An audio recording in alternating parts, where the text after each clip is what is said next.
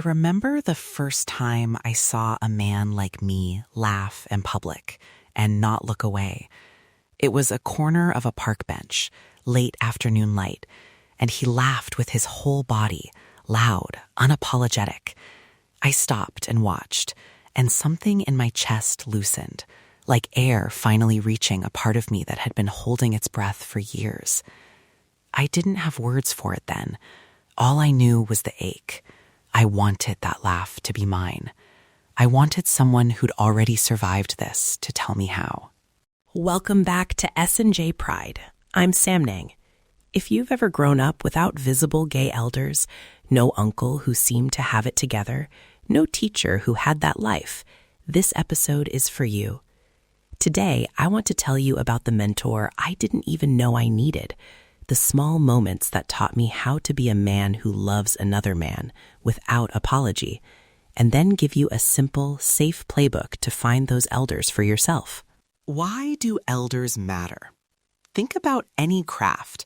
Carpentry, cooking, planting a garden. The older people who've been doing it longer offer more than tips. They offer models for what endurance looks like. For queer folks, that model is often missing. You learn masculinity from TV. You learn relationships from movies, and both are incomplete for us. Without elders, we improvise. We copy things that look like strength but are brittle. We repeat mistakes. That's what I did. So today, I want to name 3 moments where mentorship found me, unplanned, imperfect, and ultimately saving, and then give 3 tools you can use to look for elders safely. Mentor Moment 1. The neighbor who reframed masculinity.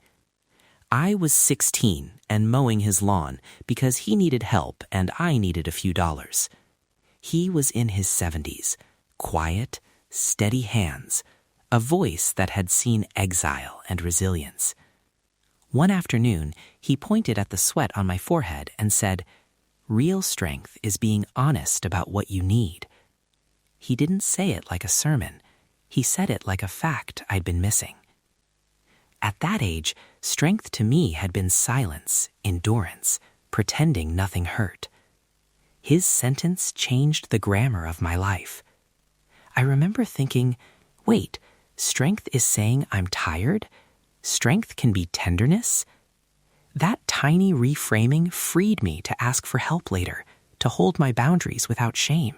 Mentor Moment 2. A late-night bar conversation that taught boundaries. I was 23, nursing a cheap beer, feeling like I had to prove something to everyone. An older man slid onto the stool beside me, not slick, not predatory, more like weathered stone. He watched me for a long minute, then asked, "Who are you trying to be tonight?" I froze. He went on, "People will try to pull you into stories that aren't yours. Say no. Practice saying no." He taught me a simple script. "I appreciate you, but I'm not comfortable with that." He said to practice it until it landed clean. It sounds small, but until that night, I didn't have permission to refuse. After that, I used those words in relationships, where boundaries keep you safe and dignity intact. Mentor Moment 3. The slow, mutual apprenticeship. This one wasn't an instant epiphany. It was years of small, steady moments with a man I'll call Miguel, someone older who wouldn't rescue me and didn't pretend to have all the answers. He showed up. He listened. He returned my calls. He made ordinary commitments, fixed furniture, remembered my birthday, held space when grief hit. The lesson there was not one bold line, but practice. Steadiness is teachable. Miguel modeled that love can be patient, imperfect, and practical, and that you can learn to be the kind of person who returns calls and keeps promises. He asked for nothing and asked a lot. He expected responsibility, reciprocity, and consent. That expectation saved me from dependent, dramatic friendships. Here's the thing. Mentors don't have to wear a badge or call themselves mentor. They can be neighbors, older friends at a community center, a teacher who stays late, a volunteer at a shelter, or someone you meet in an online group who shows up over time. But because mentorship can feel risky, especially in small communities, I want to give you a practical playbook. 3 places to look, 3 scripts to open the conversation, and 3 boundary rules to keep relationships healthy. Places to look. 1. Community centers and volunteer groups. Start by giving time, not asking for mentorship right away. 2. Interest-based spaces. A class, a choir, a sports team where age mixes naturally. 3. Online groups moderated for safety. Queer community forums, mentorship programs that are explicitly structured. Volunteering creates a shared context and reduces the risk of uneven dependence. Look for people who show consistency over months, not just charisma for a night. Scripts to open the conversation. Short, consent-based, and clear. Use your voice like a bridge, not a demand. Try these. I've noticed how you talk about staying steady. Could I ask you a few questions about how you learn that? Or, I'm trying to learn how to set better boundaries. Would you be open to a short conversation sometime? Or for something less formal, I appreciate how you handle things. Could I buy you coffee and hear more about your experience? Notice the pattern, compliment or observation, then a question that asks permission. That gives the other person space to accept, refuse, or suggest a different boundary. Boundary rules, simple and non-negotiable. 1. Set time limits early. Say, can we talk for 20 minutes? Short meetings prevent dependence. 2. Avoid financial entanglement. Don't exchange money in mentorship dynamics. If something feels financial, move it to group settings or formalized arrangements. 3. Favor group over one-on-one at first. Circles of elders protect dignity and distribute emotional labor. Also, keep communication transparent with a friend. Tell one trusted person that you're connecting with someone new, just so there's a reality check if anything feels off. A quick example. If an elder you admire suggests meeting more frequently than you're comfortable with, you can say, I really value your time. Right now, I can meet every other week for 45 minutes. Does that work for you? That sentence does 3 things. It shows appreciation, it sets a limit, and it invites negotiation.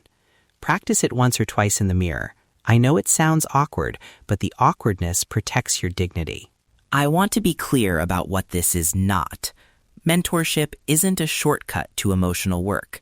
A mentor can point you toward healthier moves, but they don't replace therapy, community supports, or your own responsibility. If you're struggling with trauma, depression, or safety concerns, seek professional help and look for mentors who are clear about boundaries and who encourage professional support. We're storytellers here, not therapists, and we want you safe. Now, if you're listening and you feel lonely when you hear all this, that ache is important and valid. You're not broken. You were missing a map that others had. Asking for help doesn't make you weak. It makes you human. Start small. 1 volunteering shift, 1 message to a moderated group, 1 coffee with someone older who seems reliable. You don't need a perfect mentor. You need people who show up, who return your calls, and who respect your limits. That is enough to begin. If any part of this conversation brings up old wounds or heavy memories, please consider reaching out to a mental health professional or a community helpline. We're not giving clinical advice here. We're giving lived experience and practical steps. Therapy, support groups, or a trusted counselor can help you process what mentorship might bring up. If you want to join this conversation, here's a small ask. DM us or comment, I hear you, on the post for this episode. Say a quick thank you to one elder in your life. Text, voice note, or an anonymous voicemail, and tell us about the small ways they mattered. We'll include safe, anonymous sharebacks in the notes. And if you take 1 small step this week, 1 volunteer shift, 1 message, 1 coffee, tell us. We want to hear how you find your elders. Thank you for letting me take you through these memories. If you stayed for the whole thing, I appreciate you. Remember, you deserve elders who hold you up, not own you. You deserve dignity, reciprocity, and safety. And this is the truth. You are not alone. We're still learning. We're still choosing each other. I'm Samnang. This is SNJ Pride. We'll see you next time.